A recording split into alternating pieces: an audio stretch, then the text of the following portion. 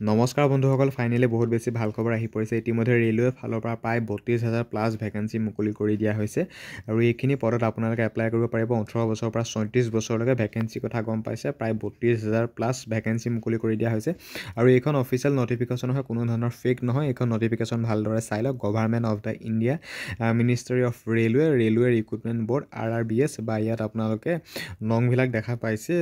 বহুতেই বেছি ভাল খবৰ আৰু এইখিনি পদৰ আপোনালোকে এপ্লাই কৰিব পাৰিব। 23 জানুৱাৰীৰ পৰা 22 ফেব্ৰুৱাৰীলৈকে এইখিনি পদত আপোনালোকে এপ্লাই কৰিব পাৰিব। এইখন অফিচিয়েল নটিফিকেশ্যন হয় বা অফিচিয়েল ডেট হয়। 23 জানুৱাৰীৰ পৰা 22 ফেব্ৰুৱাৰীলৈকে আপোনালোকে এপ্লাই কৰিব পাৰিব। যিখিনি 32,000 প্লাছ ভেকেঞ্চি মুকলি কৰি দিয়া হৈছে ৰেলৱেত, আৰু এইখিনি বয়সৰ কথা গম পাইছে। 18 বছৰৰ পৰা 34 বছৰলৈকে আপোনালোকে এপ্লাই কৰিব পাৰিব। বহুত বেছি ভাল খবৰ আৰু এইখন অফিচিয়েল নটিফিকেশ্যন হয়। কিছুদিনৰ পূৰ্বে যিহেতু প্ৰকাশ কৰা হৈ গৈছে, আপোনালোকে নটিফিকেশ্যনখন ভালদৰে চাই লওক। আৰু এইখিনি পদত আপোনালোকে এপ্লাই কৰিব হ'লে আপোনালোকে ফ্ৰিজো কাটিব লাগিব। ক'ত কিমান কাটিব লগা হৈছে নটিচখন ভালদৰে চাই ল'লে আপোনালোকে গম পাব।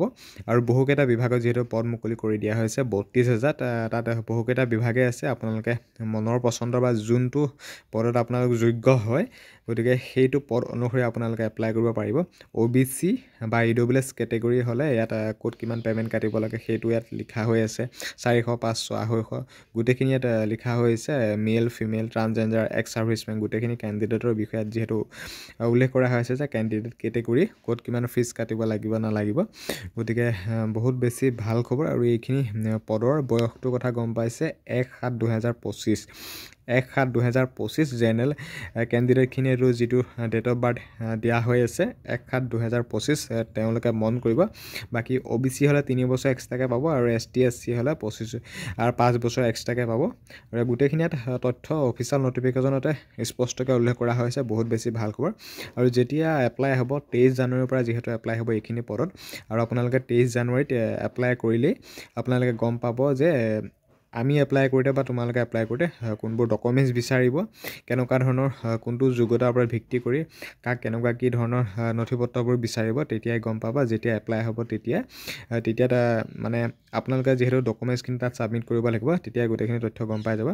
বাৰু যি কি নহওক, ইমানেই আপডেট আছিল যে 23 জানুৱাৰীৰ পৰা 22 ফেব্ৰুৱাৰীলৈকে আমাৰ ৰেলৱে যিখিনি পদ আছে সেইখিনি পদৰ অনলাইন এপ্লাই চলি থাকিব। প্ৰায় 32,000 প্লাছ ভেকেঞ্চি আৰু বয়সটো 18 বছৰৰ পৰা 34 বছৰ ইয়াত উল্লেখ কৰা হৈছে। কিন্তু এটা ডেট অফ বাৰ্থটো তেওঁলোকে দিয়া হৈছে যে 1/7/2025 1/7/2025 এইখিনি জেনেৰেল কেণ্ডিডেট, আৰু বাকী ST SC 5 বছৰ, OBC 3 বছৰ।